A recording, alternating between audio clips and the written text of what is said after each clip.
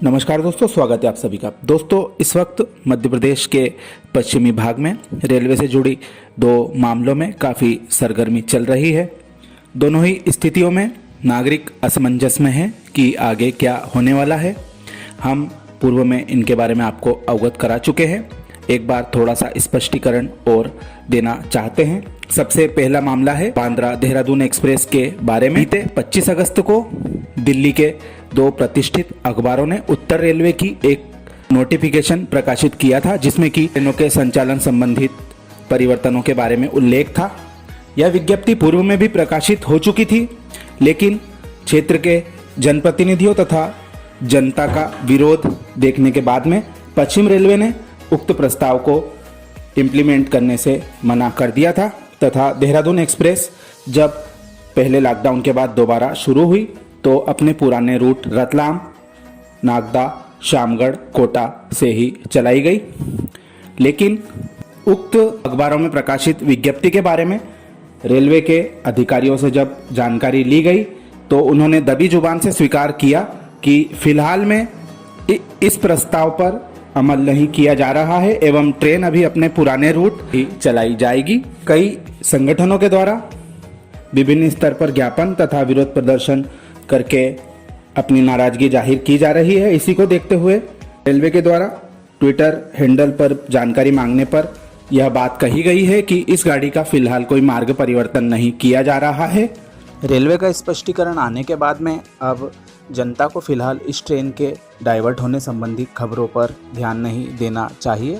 वहीं दूसरा मामला है इंदौर सांसद महोदय के द्वारा छोटा उदयपुर धार रेल प्रोजेक्ट के लिए महू सनावद अकोला गेज परिवर्तन के फंड में से 150 करोड़ का फंड ट्रांसफर करने के बारे में। इसको लेकर भी विरोध के स्वर तेज हो गए हैं। बीते दिनों खंडवा के जनमंच, चेंबर ऑफ कॉमर्स तथा रेल समिति सदस्यों ने प्रधानमंत्री जी के नाम ज्ञापन देकर मामले की शिकायत की है। ज्ञापन में उन्होंने बताया कि महू सनावद खंडवा अकोला के बीच मीटर गेज रेल मार्ग को ब्रॉड गेज में परिवर्तन करने हेतु 2008 में मंजूरी दी गई थी। रेलवे को 5 वर्ष में यह कार्य पूरा करना था, लेकिन बजट की कमी बताकर समय सीमा में यह कार्य पूरा नहीं किया गया। 2014 के बाद रेल मंत्रालय व भारत सरकार ने इन 7 वर्षों में 1400 करोड़ रुपए की बजट राशि विभिन्न रेल बजटों में जारी की गई। साथ ही 2015 में 500 करोड़ की राशि एनएचडीसी ने भी इस ब्रॉडगेज परिवर्तन के लिए जारी की थी। करीब 1900 करोड़ मिलने के बाद भी रेल मार्ग को पश्चिम रेलवे ने इंदौर से खंडवा तक ब्रॉडगेज में नहीं बदल पाया है। यह रेल मार्ग बंद होने से निमाड़ मालवा के क्षेत्रवासियों को अत्यधिक परेशानियों का सामना वर्तमान में करना पड़ रहा है।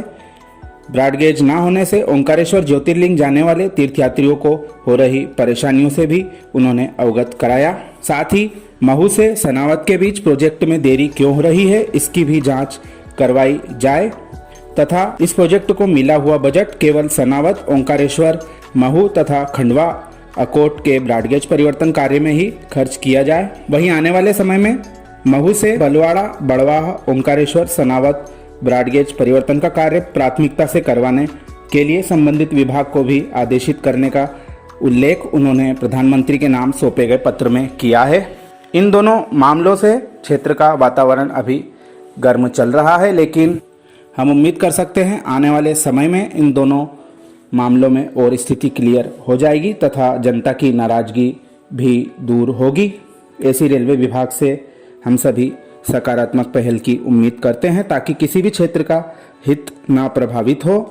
वैसे भी छोटा उदयपुर धार इंदौर परियोजना जो है उसमें धीमी गति से कार्य होने का खामियाजा रेलवे के साथ साथ नागरिक भी भुगत रहे हैं, क्योंकि आधे से ज़्यादा फंड खर्च होने के बाद भी रेल लाइन आधे से कम चल पाई है। हम उम्मीद करते हैं आने वाले बजट में छोटा उदयपुर धार तथा दाहोद इंदौर रेल परियोजना को भी पर्याप्त बजट दिया जाएगा तथा इनका कार्य फिर से शुरू हो सकेगा। वैसे भी जोबट से धार के बीच का ही कार्य बचा हुआ है तथा धार से पीथमपुर तक का कार्य होना बाकी है। इसको हम मान के चल सकते हैं कि 2 साल के अंदर इंदौर से धार, अलीराजपुर, प्रतापनगर कनेक्ट हो सकता है यदि पर्याप्त मात्रा में फंड दिया जाए तथा रेलवे सही तरीके से कार्य करे। तो उक्त मामलों के बारे में आप हमें अपने विचार कमेंट में दे सकते हैं। यह छोटी सी जानकारी आपको कैसी लगी, कृपया कमेंट करके हमें ज़रूर बताएं। हमारे साथ बने रहने के लिए आप सभी का धन्यवाद।